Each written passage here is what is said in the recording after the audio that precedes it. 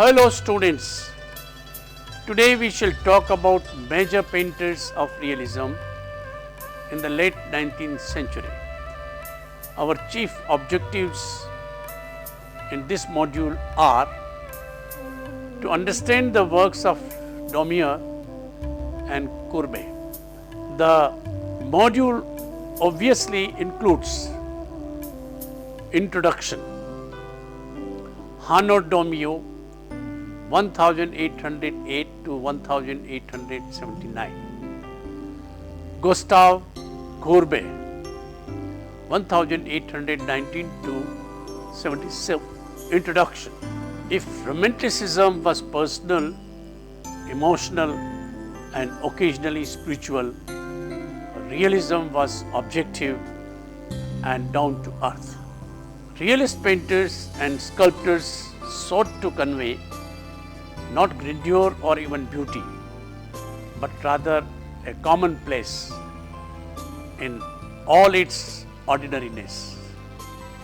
Romanticism overlapped with the realist movement of mid-century.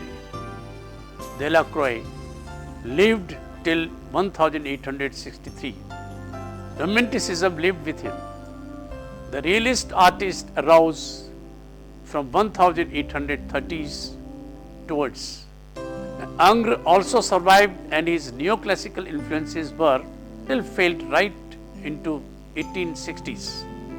It is this mix that makes the French art of the 19th century so vigorous and also confusing.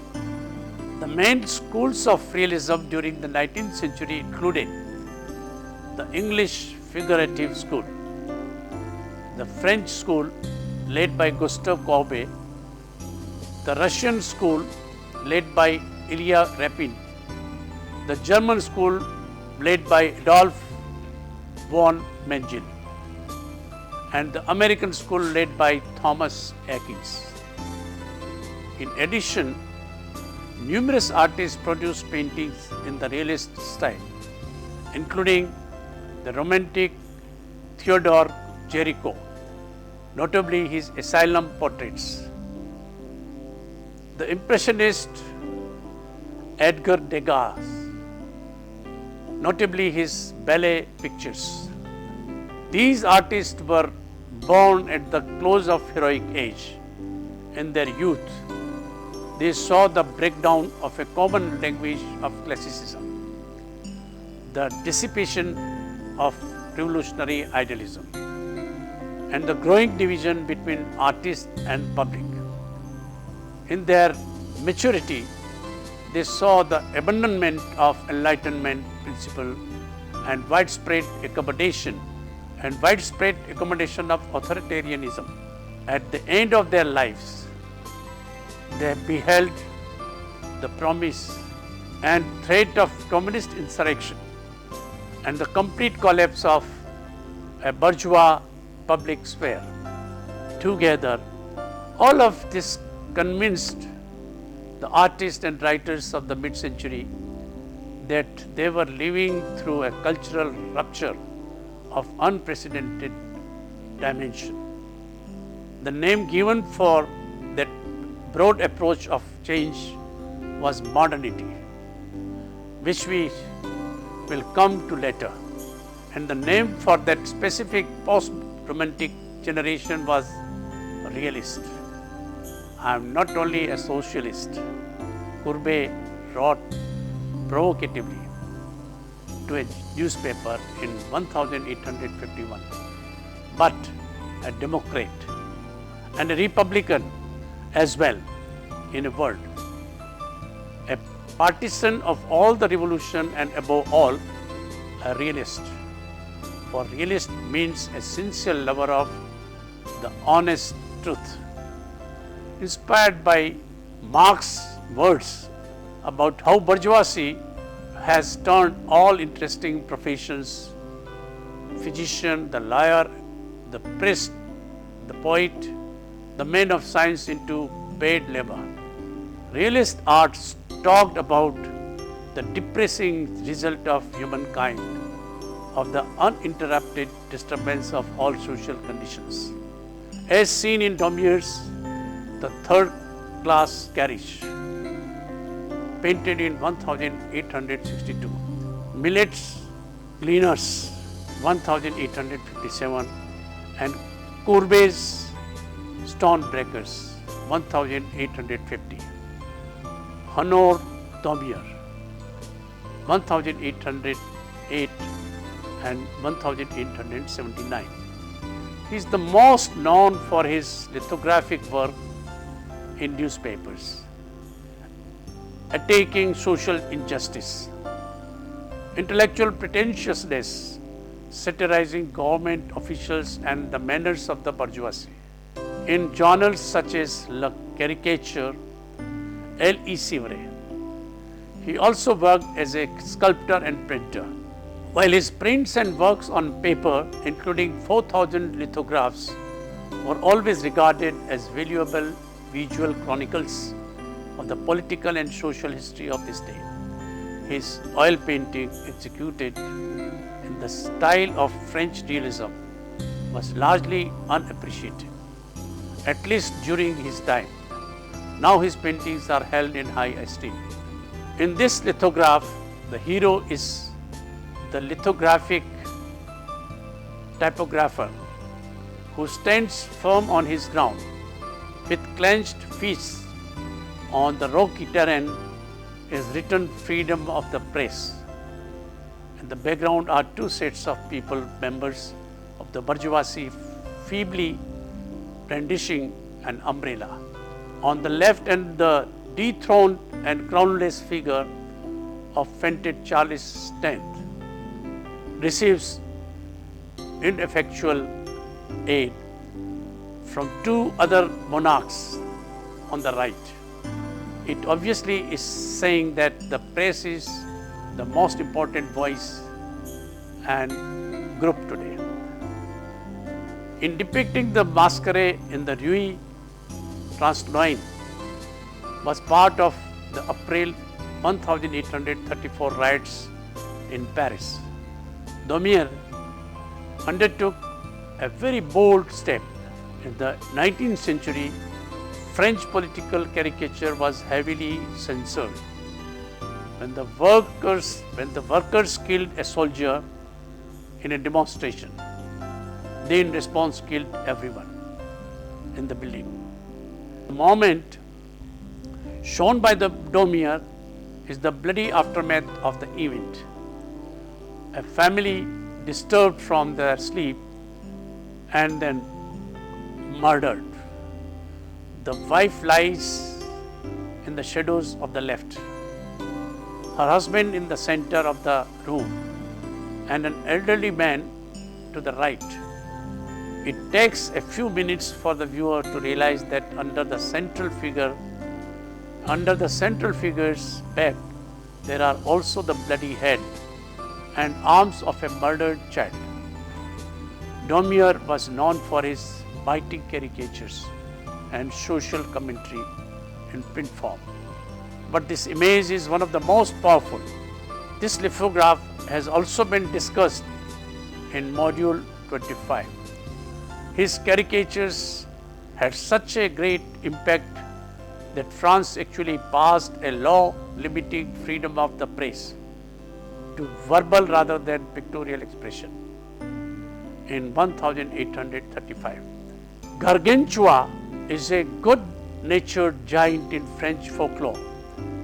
In Daumier's print, King Louis Philippe, the French king, is seated on a throne before a starving crowd like Gargantua. You can see the poverty-stricken woman trying to feed her infant. A man in rags is forced to drop his last few coins into a basket. As these coins go up to the ramp into king's mouth, the greedy but well-dressed figures grasping at falling coins and appreciating Louis Philippe. The message is very clear. The king is never satisfied with what his kingdom has to offer. Obviously, Daumier and his publisher was sentenced to jail for 6 months and fined 100 francs. This is particularly interesting because it talks about the changed gender roles, though in a manner both funny and subtle. As many women took to writing and met many editors and publishers, housework and child rearing became a task that both the husband and wife had to do. In this caricature, the lady says to her husband, "Goodbye, my dear. I am going to my editors. I will probably return rather late. Don't give the baby food to daughter twice. Another thing, if it is needed, you'll find it under the bed." Look at the husband, the father, who is looking sweetly and happily, very caringly at the child as he feeds him. His third class carriage illustrates his attention to realist concerns. We know that Paris at this time was bursting with population explosion, and most of them were working lower classes. Look at the lower class figures, the passengers crowded together in a dark, confined space. The three passengers slumping in the background are resigned to their situation, low economic status. Their psychological isolation defends them from the crowded conditions in which they live. A section of society seems to have been framed unawares. Strong contrast of light and dark, notably in the silhouetted top hats, create clear edges in opposition to looser brushwork elsewhere. The very setting, the interior of a railroad car, exemplifies the new industrial subject matter of 19th century painting. You have seen his other works in previous module. Please refer to them judiciously. Gustave Courbet, 1819 to 1877. Courbet rejected both the soft focus of Romanticism and the heroism of neoclassical painting in favor of objective truth, however ugly or unpalatable.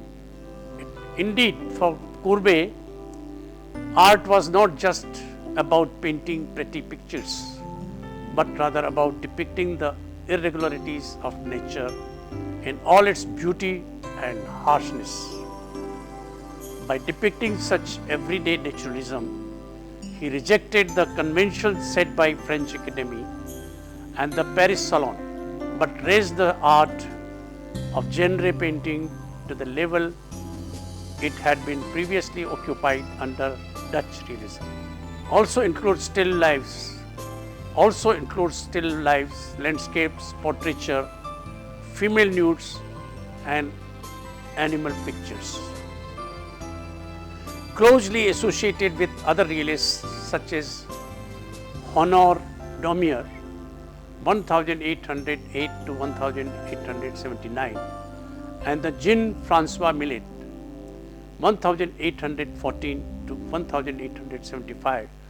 Courbet is best known for masterpieces like a Burial of Ornans, 1849, Musée d'Orsay, Paris, the Stonebreakers, destroyed in Dresden during World War II, now lost, and the Artist Studio, 1855, Musée d'Orsay. Courbet's independent behavior and scornful attitude to the academic art had a huge impact on artists of Paris, including both the Impressionists and Post-Impressionists. By this means, Courbet attempted to turn formerly neglected peasant and proletarian salon spectators into artistic collaborators, thereby potentially ennobling and empowering them at the expense of their putative betters. Let us look at the Stonebreakers. It is described as one of his first works and an icon of peasant life. Like I said before, Marx's influence on painters of this time was immense. Well, this painting reflects the impact of socialist ideas. Look at the two workers, one breaking the stone and the other lifting a heavy stone rock.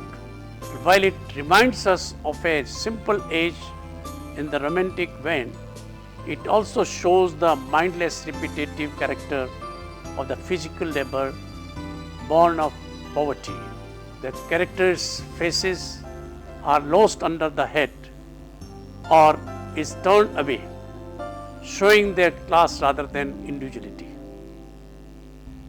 A same kind of sameness, repetitiveness of French society is shown in his other painting, A Burial at Ornans. It records the funeral of his grand uncle, which he attended in September 1848. People who attended the funeral were the models for the painting. Previously, models had been used as actors in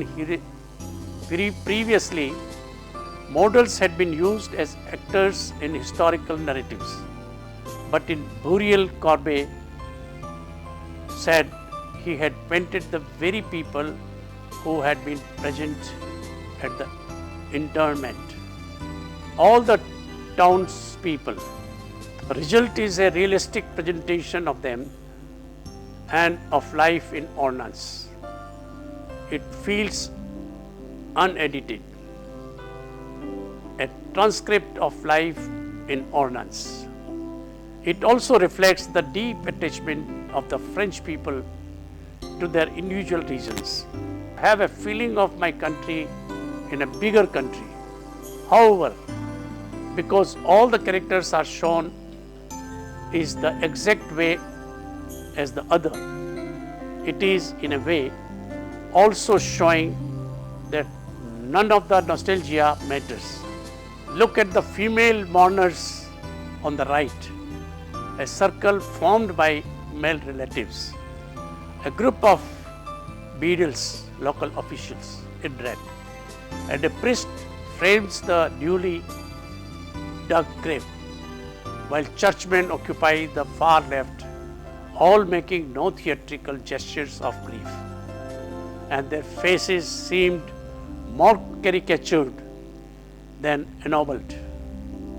When the burial was first exhibited in 1850, cities found it boring. They also objected to monumentalizing such a everyday occurrence. Well, today it is a masterpiece. In 1855, Courbet submitted 14 paintings, including A Burial at Ornans and the Artist Studio, for exhibition at the Exposition Universelle, only to be rejected. So Courbet displayed 40 of his paintings, including the Artist Studio, in his own gallery called the Pavillon du Realisme, which was a contemporary structure that he erected next door to the official salon like Exposition Universelle. The work of an allegory of Courbet's life as a painter is one of the most puzzling pieces of his. He is flanked by friends and admirers on the right, and the challenges and the opposition to the left. Friends on the right include the art critics Champfleury and Charles Baudelaire, and art collector Alfred Breuss. On the left are figures, priest, prostitute, gravedigger, merchant and others, who represent what Courbet described in a letter to Champfleury as the other world of trivial life.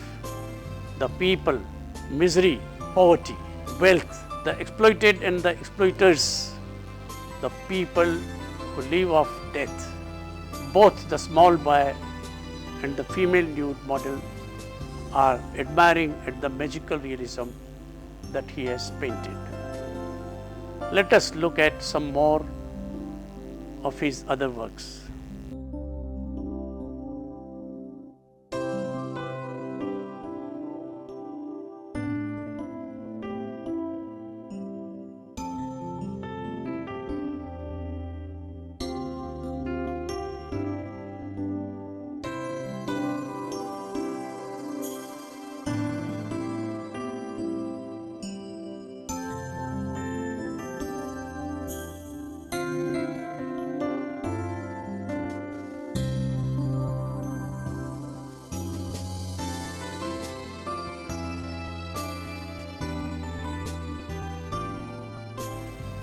I will stop this lecture with the following words of Courbet, written as a part of the brochure of his exhibition. Mentioned above, it may also be called the Realist Manifesto. The title of the Realist was thrust upon me just as the title of Romantic was imposed upon the men of 1830. Titles have never given a true idea of things. If it were otherwise, the works would be unnecessary. I have studied the art of the ancients and the art of the moderns, avoiding any preconceived system and without prejudice. I no longer wanted to imitate the one than to copy the other, nor furthermore was it my intention to attain the trivial goal of art for the art's sake.